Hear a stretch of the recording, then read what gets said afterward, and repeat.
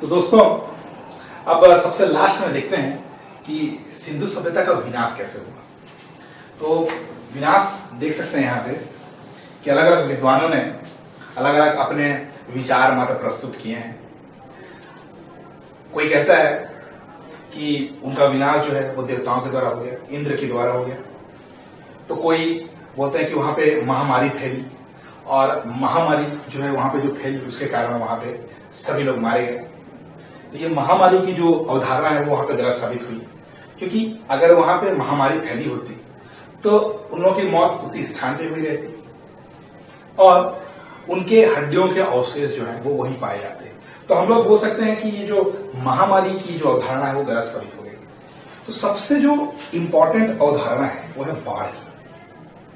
जैसा कि ऋतिक रोशन की मूवी में दिखाया गया है, मोहनजोदड़ो की मूवी में, कि बाढ़ आने की जस्ट थोड़े देर पहले वो लोग पूरे नगर को छोड़ के चले जाते हैं। तो उसी प्रकार का कुछ हुआ होगा। उस मूवी में अच्छे से दिखाया गया इस बात को। तो आपको अगर सिंधु सभ्यता के बारे में थोड़ा मोड़ा जानकारी चाहिए तो मूवी आप जरूर देखें। तो ये बाढ़ ही एक ऐसा कारण हो सकता है जिसके कारण जो है पूरी सिंधु सभ्यता के जितने भी निवासी थे वह एक साथ जो है गायब हो गए। तो इस प्रकार हम लोग देख लिए कि सिंधु सभ्यता शुरू कहां से हुई और खत्म कहां पे हुई। ये जो है जितना भी मैंने आपको अध्ययन करवाया सिंधु सभ्यता के बारे में, ये बहुत ही इंपॉर्टेंट है। मैंने जो चीजें भी आपको बताई है अपने इस पूरी वीडियो में वो सारे इंपॉर्टेंट है, क्योंकि मैंने वो सारे जो बातें हैं, जो सारे क्वेश्चंस हैं वो अपने नोट्स में मैंने तैयार की हुई है। और नोट्स मैंने पुराने क्वेश्चंस पेपर से, बहुत सारे मटेरियल्स जैसे विकिपीडिया से, 11th-12th के एनसीईआरटी के बुक से, बहुत सारे जो है रिसोर्सेज से मैंने ये जो है वीडियो तैयार किया है। तो आपको अगर ये सारी चीजें अगर याद हो जाती हैं, ठीक है, तो आपको कुछ अलग से पढ़ने की जरूरत नहीं है, ज्यादा डीप में जाने की जरूरत नहीं है। इस वीडियो को आप 3-4 बार देखेंगे तो आपको सारी चीजें अच्छे से याद हो जाएगी। लास्ट में एक बार फिर से मैं आपको बताना चाहूंगा कि स्टार्टिंग से लेकर एक बार लास्ट तक देखते हैं कि कौन कौन से जगह है और वहां मुख्य रूप से कौन कौन सी चीजें पाई गई हैं।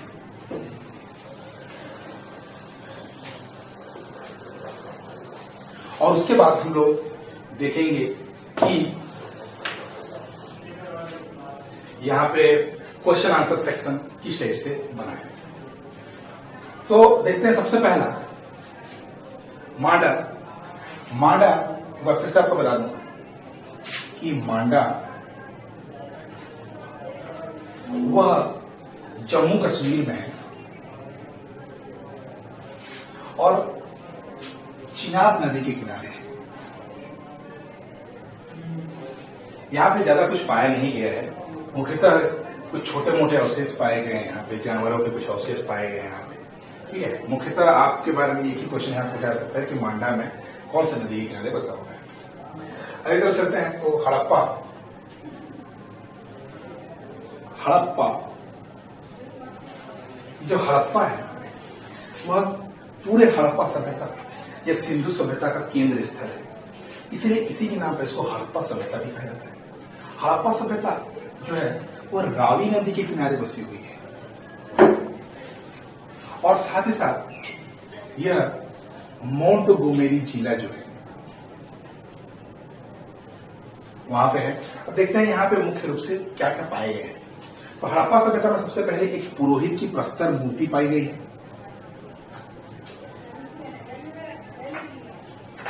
पुरोहित की प्रस्तर मूर्ति पाई गई है वहां पे, और एक अन्नागार पाया गया है।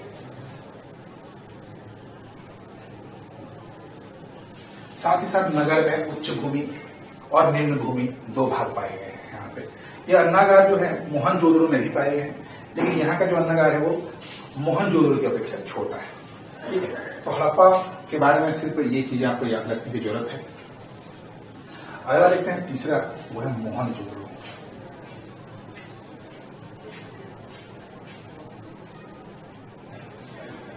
मोहनजोदड़ो यह सिंधु नदी के किनारे बसा हुआ है और सिंध प्रांत में स्थित है। मोहनजोदड़ो में बहुत सारी चीजें पाई गई हैं, जैसे सबसे पहले यहाँ पे समाधान पाए गए हैं, ठीक है। यहाँ पे हम लोगों को अन्नागार पाया गया है जो बहुत ही बड़ा है और सिंधु सभ्यता में पाए जाने वाले सभी अन्नागारों से सबसे बड़ा है। यहाँ पे एक कांसे की मूर्ति पाई गई है।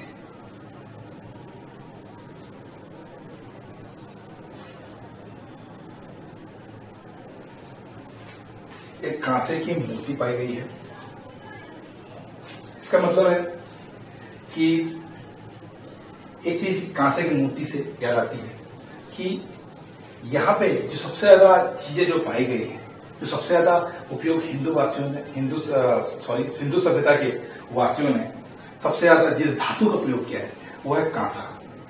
व्यापार के क्षेत्र में आपको मैं ये बताना भूल गया था कि व्यापार में उन लोगों ने मुख्य रूप से कांसा का उपयोग किया है। इसके अतिरिक्त टीन, सीसा,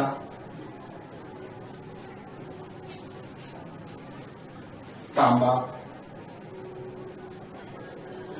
इसके जो है धातु यहां पे पाए गए हैं। एक चीज जो यहां पे नहीं पाई गई है, जो एग्जाम के पॉइंट ऑफ व्यू से बहुत इंपॉर्टेंट है और बहुत सारे एग्जाम में पूछे गए हैं, और वो है लोहा।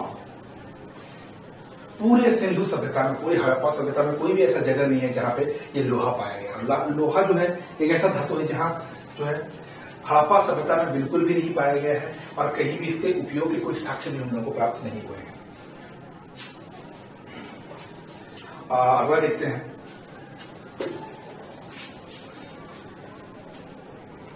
मोहनजोदड़ो समाधान एक मिला है, एक अन्नागार, एक कांसे की मूर्ति हम लोगों को प्राप्त हुई है। उसके यहाँ पे हम लोगों को मोहर प्राप्त हुए हैं जहाँ पे अलग अलग जानवरों के चित्र मैं आपको पहले से बता चुका हूं कि कौन कौन से जानवरों के चित्र या फिर मोहर यहाँ पे पाए गए हैं, ठीक है। मोहर। अब देखते हैं मोहनजोदड़ो के बाद।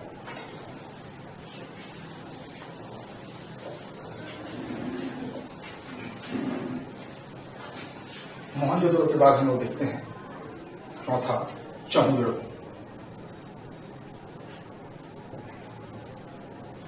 मोहनजोदड़ो के जस्ट नीचे चहुंदड़ो है और वो अभी सिंधु नदी के किनारे में बसा हुआ है। यहाँ पे सिर्फ एक ही चीज पाई गई है चहुंदड़ो में, और वो है बिल्ली और कुत्ते के पंजे के निशान।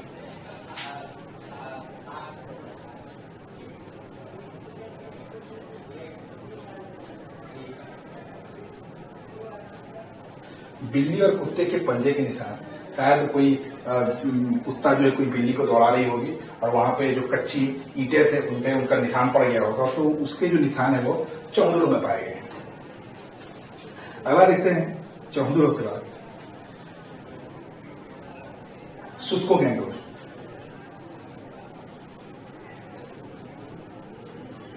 सुत्कोगेंडो या मकरान जो है अरब सागर के किनारे में, यहाँ पे दास नदी के किनारे बसा हुआ है। और पहले भी मैं आपको बता चुका हूं कि यहाँ पे घोड़े की अस्थि मिले हैं।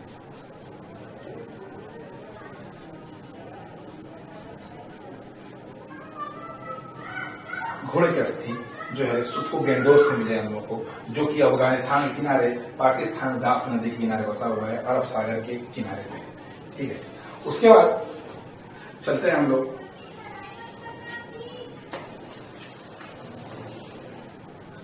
छठवां नंबर दाइमाबाद।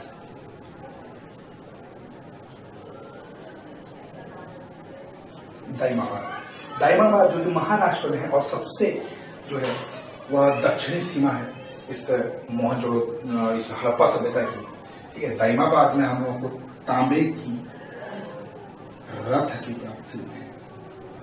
तांबे के रथ यहाँ पे मिले हुए हैं, तांबे के घोड़ा गाड़ी यहाँ पे, तांबे के सॉरी घोड़ा गाड़ी नहीं, तांबे की हम बैलगाड़ी हम लोग को मिलेगी। घोड़ा तो यहाँ पे सुत्कोगेंडो पे मिला था। तो अगला देखते हैं भारत पे कुछ जगह है कालीबंगन।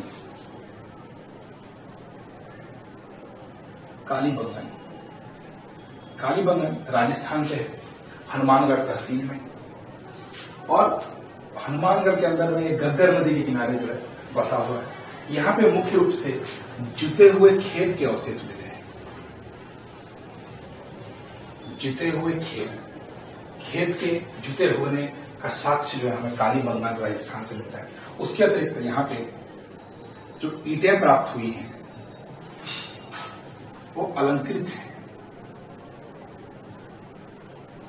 सजाई हुई है। यहाँ पे जो है अलंकृत ईंटें भी प्राप्त हुई हैं कालीबंगन राजस्थान से। अगर चलते हैं हम लोग लोथल। लोथल जो है वह साक्ष्यों की दृष्टि से ऐसा जगह है जहां सबसे ज्यादा साक्ष्य हम लोग को मिलते हैं। लोथल में को मिटा देता हूं यहाँ पे। लोथल जो है ये तो गुजरात में है और भोगवा नदी के किनारे में है। लोथल में सबसे पहला जो चीज पाया गया है वो हम लोग मिला अग्निकुंड। अग्निकुंड जो है हमें लोथल से प्राप्त हुए हैं। अगला चीज जो है हम लोग को जो है ये प्राचीन बंदरगाह है, तो यहाँ जो है ना युगल समाधान, एक साथ दो लोगों को दफनाने की जो क्रिया है यहाँ पे मिली है। युगल समाधान लोथल से मिली हुई हम लोगों को। उसके अतिरिक्त यहाँ पे हम लोगों को पंचतंत्र की एक कथा के भी साक्ष्य यहाँ पे मिले हैं। और ये बहुत ही महत्वपूर्ण प्रश्न है कि पंचतंत्र से रिलेटेड जो कथा के साक्ष्य कहां पे मिले हैं, तो वो लोथल से मिले। पंचतंत्र जिसमें जो है कौवे और लोमड़ी की कहानी है। कौवे और लोमड़ी की कहानी का दृश्य लोथल से ही हम लोग को प्राप्त हुआ है। तो ये उसके बाद देखते हैं हम लोग धौलावीरा।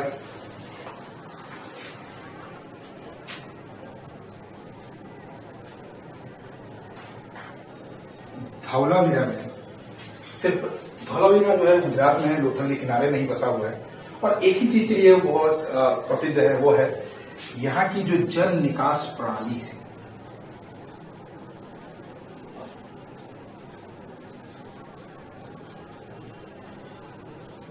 जल निकास प्रणाली यहाँ की सबसे फेमस है। इसका मतलब है यहाँ जो नालियां बनाई गई थी वह इस हड़प्पा सभ्यता के अंदर में सबसे एडवांस अगर कहीं बनाई गई है तो वो धौलावीरा में बनाई गई जल निकास प्रणाली। इस तरह से धौलावीरा में ये निकास प्रणाली बनाई गई थी कि एक बूंद जल भी यहाँ पे वेस्ट नहीं होता था। तो इससे हम लोग को प्रेरणा मिलती है पानी बचाने की, कि धौलावीरा में पानी बचाने के लिए बहुत ही जबरदस्त एडवांस टेक्नोलॉजी का यहाँ यूज किया गया था कि यहाँ की जो नालियां थी वो ढकी हुई थी और जो है एक भी बूंद यहाँ पे वेस्ट नहीं होता था। धौलावीरा के बाद हम लोग चलते हैं सबसे लास्ट पे रंगपुर। रंगपुर भी गुजरात में स्थित है। रंगपुर के बारे में बताता हूं आपको कि यह मादर नदी के किनारे है गुजरात में। और यहां पे कच्ची ईंटें पड़ी हुई हैं। कच्ची ईंटें अगर कहीं पाई गई हैं तो वो सिर्फ रंगपुर पे पाई गई है और कालीबंगन पे पाई गई हैं। दो ही जगह हैं पूरे हड़प्पा सभ्यता में जहां कच्ची ईंटों का प्रयोग हुआ है। बाकी जगहों में जो है पकी हुई ईंटों का ही उपयोग किया गया है। तो इसी के साथ हम लोगों का यहाँ हड़प्पा सभ्यता जो है पूरी तरीके से खत्म होता है। मैंने यहाँ पे वो सारी चीजें बताई हैं जो एग्जाम पॉइंट ऑफ व्यू से बहुत ज्यादा इंपॉर्टेंट है। अब तक जितने भी क्वेश्चंस किए गए हैं उस सारी की जानकारी जो है मैंने अपने इस वीडियो के माध्यम से आपको दे दी है। अगर आप ये वीडियो 3 या 4 बार देखते हैं तो आपको लिखने की न जरूरत है, न नोट्स बनाने की आपको जरूरत है। बस वीडियो के देखने सुनने से ही आप सारी चीजों को अच्छे से याद कर सकते हैं। तो ये मेरी मतलब हड़प्पा सभ्यता की सारी चीजें यहाँ पे कंप्लीट होती हैं। अब कुछ क्वेश्चंस के बारे में यहाँ पे देखते हैं आप कि कुछ जो क्वेश्चंस जो अभी तक पूछे गए हैं और उसके क्या क्या पैटर्न हो सकते हैं क्वेश्चन की पूछने के बेसिक लेवल पे देखा जाए तो। मेरा ये जो क्लास है वह सिर्फ जो बेसिक से जो स्टार्ट कर रहे हैं, जो लोग भी चाहे वो आईएएस की तैयारी कर रहे हो, चाहे वो किसी भी स्टेट पीएससी की तैयारी कर रहे हो, सभी के लिए एक बेस बनने का काम करता है। आपको अगर बेस से किसी चीज को पढ़ना है तो इस वीडियो को जरूर देखें। आपको कुछ क्वेश्चन आंसर के सेक्शन की तरफ लेके जाता हूं। तो कुछ क्वेश्चन जो अब तक पूछे गए हैं जो मुझे याद है वह है कि सिंधु घाटी की जो सभ्यता है वो कब शुरू की गई थी। तो कब शुरू की गई थी? तो आपको मैंने बताया वो 2300 से लेके 1750 ईसा पूर्व के बीच में ये शुरू की गई थी। 2300 से 1750 ईसा पूर्व के बीच में जो है यह सभ्यता हमारे बीच थी। दूसरा जो कुछ क्वेश्चंस हैं कि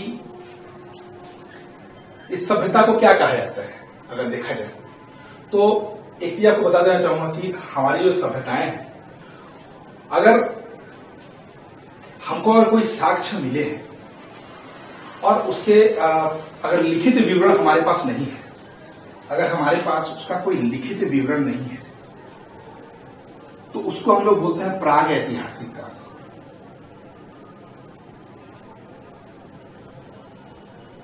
प्राग ऐतिहासिक काल कहा जाता है जिसका हम लोग को लिखित विवरण नहीं होता।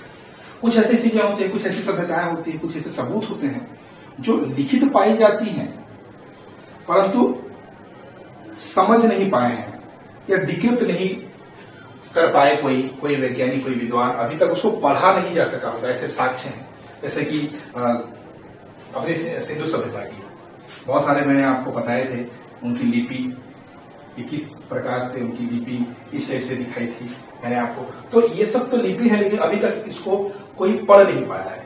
तो जो समझ नहीं पाए हैं उसको अपन बोलते हैं आद्य ऐतिहासिक।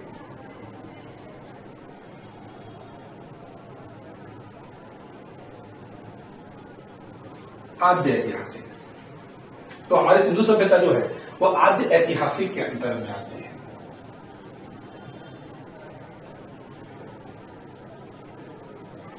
आद्य ऐतिहासिक अंतर आती है और जिसका हम लोग को लिखित विवरण है और जिसको समझ भी पा रहे हैं तो उसको हम लोग बोलते हैं इतिहास। इतिहास का हमारा जो सब्जेक्ट जो है यहीं से स्टार्ट है कि जिसका हम लोग पास लिखित विवरण है और जिसको हम लोग समझ भी पाते हैं उसको हम लोग बोलते हैं इतिहास। ठीक है, तो तीन प्रकार से हम लोगों को मिलते हैं। तो हमारा जो सिंधु घाटी की जो सभ्यता है और सिंधु घाटी की सभ्यता जो है वह आद्य ऐतिहासिक सभ्यता के अंतर्गत में आती है। आद्य ऐतिहासिक काल लिखा जाता है इससे। आपको कुछ क्वेश्चंस जो है मिलेंगे कि कौन सा शहर कौन से नदी के किनारे बसा हुआ है। ये क्वेश्चन बहुत इंपॉर्टेंट है, बहुत सारे एग्जाम में यही पैटर्न का यूज किया जाता है कि कौन सा शहर जो है वह कौन से नदी के किनारे में बसा हुआ है।